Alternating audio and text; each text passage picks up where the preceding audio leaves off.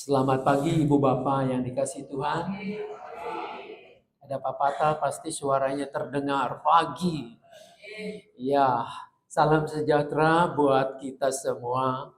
Selamat ulang tahun buat kita.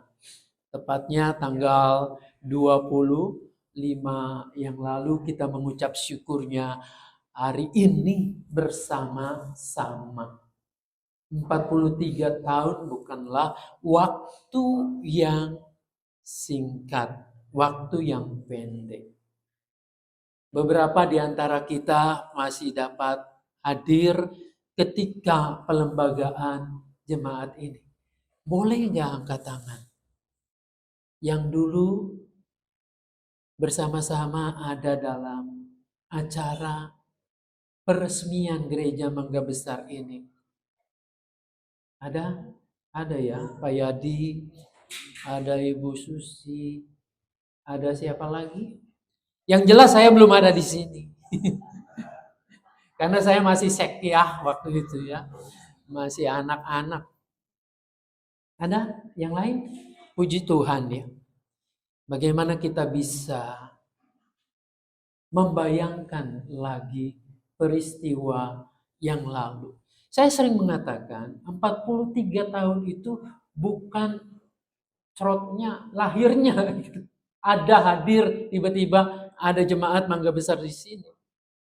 Tapi proses itu lama. Karena ada persekutuan dulu, ada kehangatan. Baru di situ ada namanya pos pelayanan. Dari pos pelayanan dievaluasi. Bagaimana kehidupan umat Tuhan di sini. Lalu meningkatlah menjadi bakal jemaat. Dan dari bakal jemaat itu terus hidup dalam persekutuan ini. Ini pun akan dievaluasi lagi. Maka bisa jadi 43 tahun ini rintisannya mungkin sudah ada 60 tahun yang lalu. Maka ketika kita ada hari ini, patutlah kita mengucap syukur kepada Tuhan. Penatua Stefanus Arifin waktu akan menentukan tema ini, dia WA ke saya. Pak, apakah temanya ini saja sesuai dengan rancangan khotbah GKI? Yaitu tegar di tengah ujian hidup. Saya merenung sebentar, lalu saya mengatakan, iya. Sepertinya ini tema yang pas, yang cocok. Untuk kita gumuli bersama, baik sebagai pribadi orang percaya, maupun sebagai komunitas jemaat Tuhan di sini. Tegar di tengah ujian hidup. Apakah GKI Mangga Besar selama 43 tahun pelembagaannya ini berjalan dengan mulus? Baik-baik saja. Tidak ada kendala, tidak ada masalah, tidak ada hambatan. Oh pasti, yang mengalami dari awal sampai hari ini akan mengatakan kita tidak melalui jalan tol yang mulus. Tapi jalan yang naik turun. Jalan yang terjal yang tidak mudah. Saya mengingat perkataan Pak Yadi dulu. Oh jemaat Mangga Besar itu kalaupun sudah melewati 10 tahun itu sudah cuan. Berarti sudah eksis, sudah ada ini, sudah beruntung. Bahwa kita dihimpunkan Tuhan, mengenal Tuhan di sini. Apalagi sekarang sudah 43 tahun. Ada suka dukanya. Ada pahit getirnya. Saudara-saudara, saya menemani di sini hampir 20 tahun pun demikian.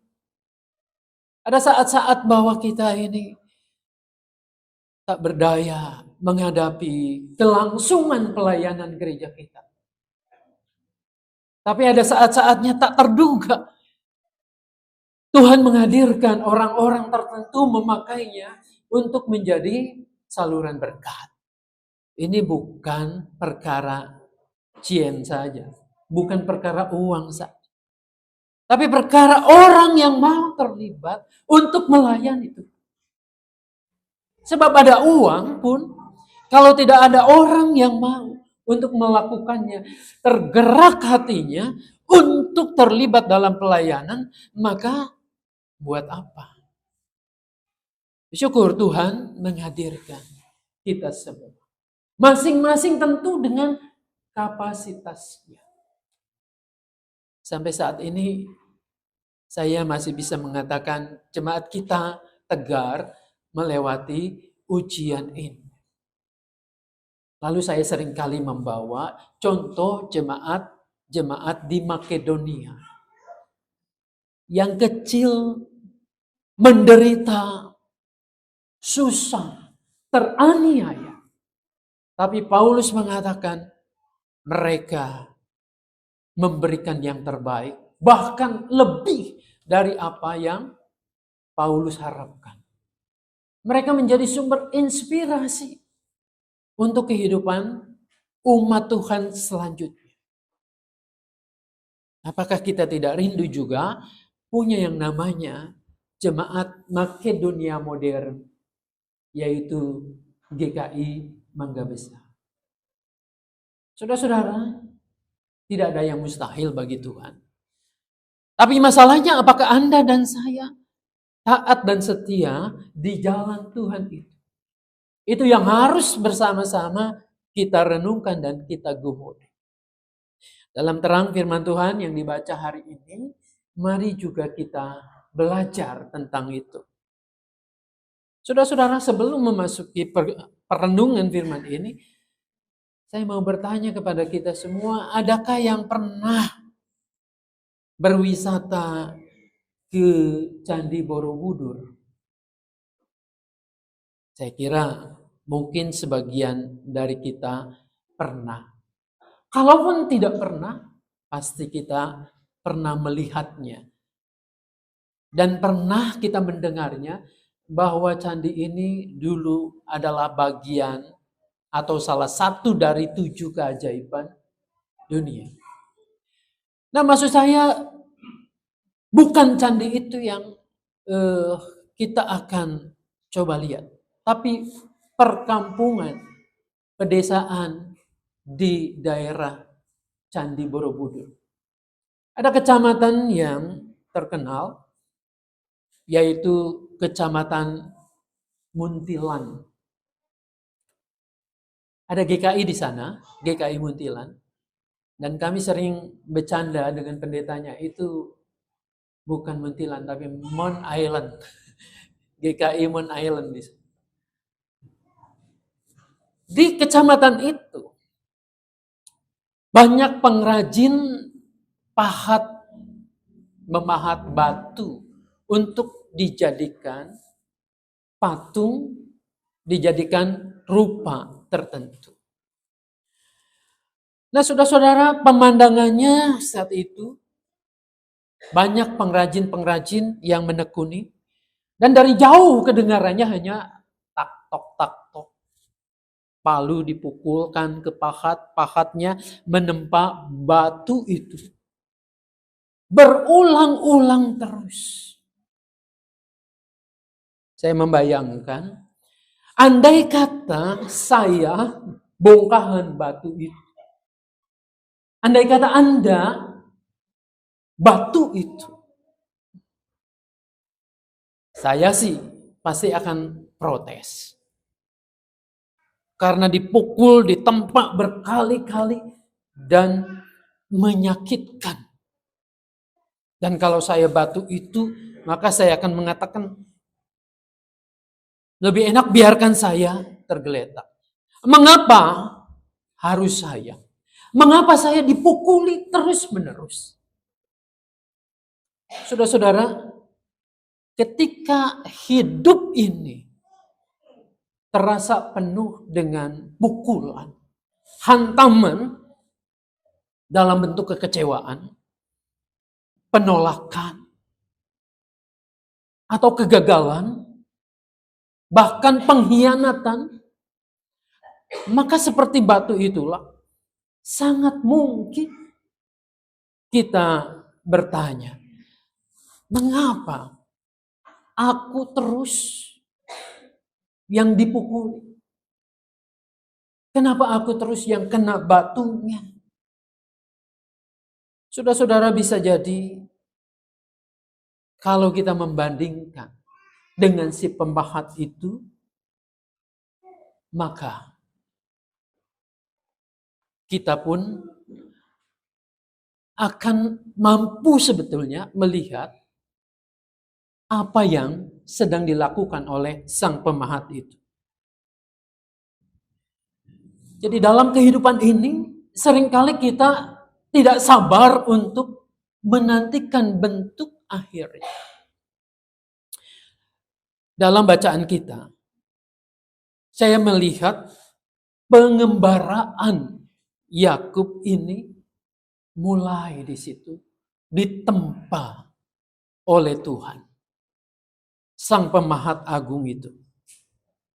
Bayangkan, ketika ia ada di rumah orang tuanya, dia sangat dicintai oleh mamanya. Saudara-saudara, kini dia lepas dari rumah orang tuanya. Dia mengembara ke rumah Laban, sang paman itu. Dalam bedah khotbah, kita suka menggali ini. Berapa jaraknya dari rumah orang tuanya, Yakub dan Ribka itu, Laban berjalan Yakub berjalan sampai ke rumahnya Laban itu. Kurang lebih 700 sampai 900 kilometer. Dari Jakarta hampir Surabaya. Lepas dia berjalan di situ. Ujiannya tidak mudah. Minggu yang lalu kita mendengar bagaimana Yakub itu tertidur dengan bantal hanya sebongkah batu. Dia bermimpi di situ dalam tidurnya kan. Ada malaikat Tuhan turun naik. Maka ia meyakini di sini Tuhan ada dan nama itu kemudian diganti dengan Betel. Luz jadi Betel. Sekarang dia melanjutkan perjalanan lagi. Dengan bekal apa? Janji Tuhan. Aku akan menyertai engkau, aku akan memberkati engkau, keturunanmu akan sangat banyak. Ini kan luar biasa. Janji Tuhan. Nah, saudara-saudara, perjalanannya ini kita lihat sudah dipotong, singkat saja. Sudah ada di rumah yang dituju itu, rumah Laban. Jadi disitulah kemudian Yakub masuk. Ketika masuk ke rumah itu, Yakub tentu memperkenalkan diri dan ia bekerja di situ. Menarik ya di sini bahwa bekerja itu kemudian Laban berkata kepada Yakub, ini di awal nih perjanjiannya. Apa nanti upahnya? Lalu ada percakapan. Ya kalaupun engkau adalah keponakanku, saudaraku, ya nggak bisa lah. Kalau kerja itu bayar gratisan saja. Ini firman Tuhan mengajarkan begitu. Kalaupun saudara ya kalau bekerja ya dibayar. Nggak ada yang gratisan. Lalu terjadilah deal itu. Yakub bekerja dan ia melihat bahwa Laban ini punya 2 anak gadis. Sebenarnya masing-masing anak gadis ini punya keelokannya, kecantikannya sendiri. Rupa-rupanya Yakub ini jatuh hati pada Rahel. Di awal tidak dikatakan oleh Laban, oh nanti kakaknya dulu yang akan dikasih, yang akan diberikan untuk jadi istrinya. Tapi yang terjadi adalah setelah perjanjian itu 7 tahun lamanya, Yakub bekerja dengan bayaran nanti bisa memperistri Rahel, maka ia lakukan dengan giat. Bukan giat yang itu ya. Ada Bapak giat soalnya. Dengan kerja keras yang dilakukan oleh Yakub. Kenapa? Itu ada motivasi karena cintanya dia kepada Rahel, maka 7 tahun itu tanpa terasa dijalani. Bukankah begitu ya? Kalau orang sedang mabuk cinta, maka segalanya dilakukan dengan mudah. Demikian yang terjadi dengan Yakub. Dan pada hari penentuan itu, diadakanlah di situ di rumah Laban kenduri pesta seperti pesta pernikahan. Namun yang terjadi adalah yang diberikan bukan Rahel, tapi Lea, cicinya, kakaknya itu. Saudara-saudara, entah bagaimana ya. Masa malam itu, pas ada pesta itu, Yakub tidak melihatnya. Atau sengaja memang budaya di sana menutupi seluruh mukanya sehingga baru tahu kemudian. Sesudah tahu betapa terkejutnya Yakub dan mengatakan kepada paman Laban, kenapa kamu menipu aku? Saudara-saudara, ini menarik. Sang penipu sekarang tertipu. Atau tepatnya diperdaya oleh mertua atau calon mertua. Mungkin kita mengatakan biar tahu rasa. Bahwa apa yang kamu dulu lakukan itu ternyata menyakitkan. Sekarang kamu rasakan hal yang seperti ini.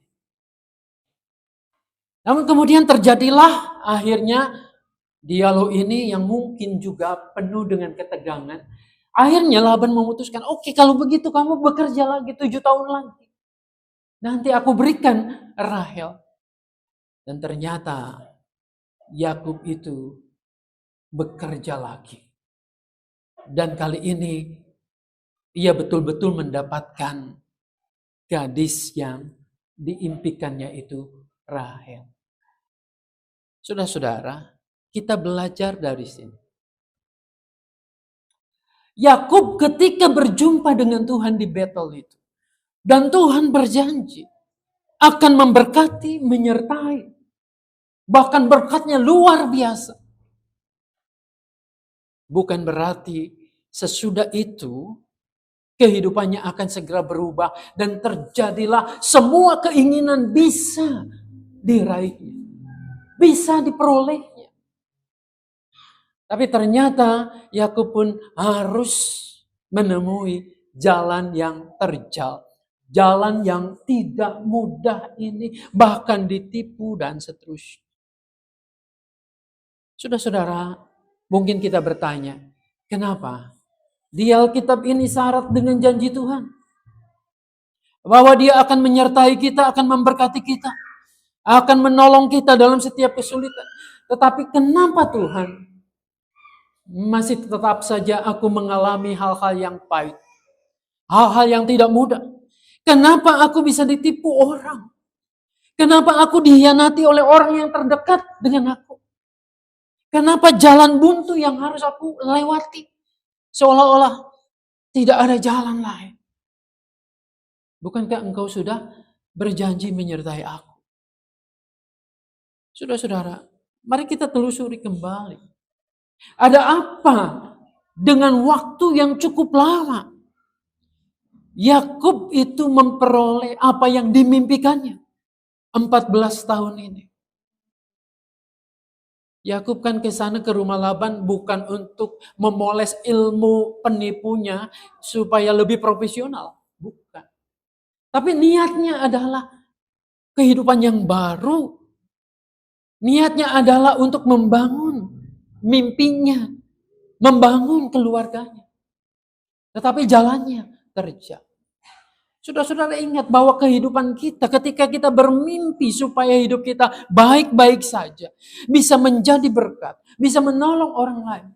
Bukan berarti bahwa kita bebas dari segala masalah, dari segala ujian. Waktu 14 tahun ini, kalau kita lihat dari perspektif, cara pandang Tuhan, ini adalah waktu di mana Tuhan menyiapkan hati Yakub.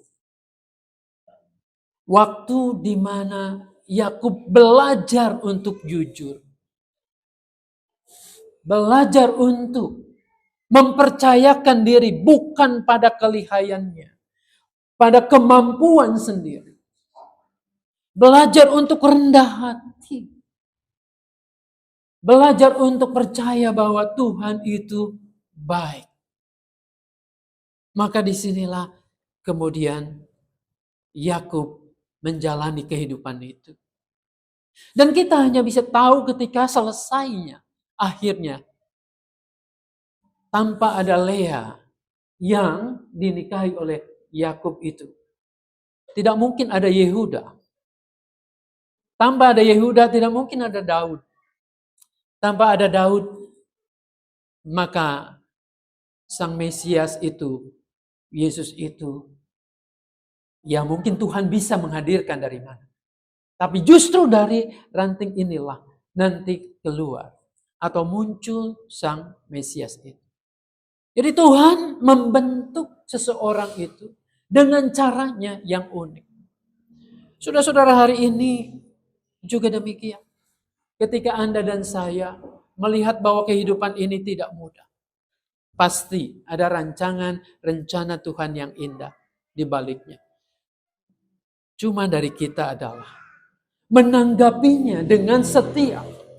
Dan yang memberi ketegaran itu adalah bukan kekuatan kita sendiri. Tetapi Tuhan. Nah, buat jemaat kita, GKI Mangga Besar ini juga demikian.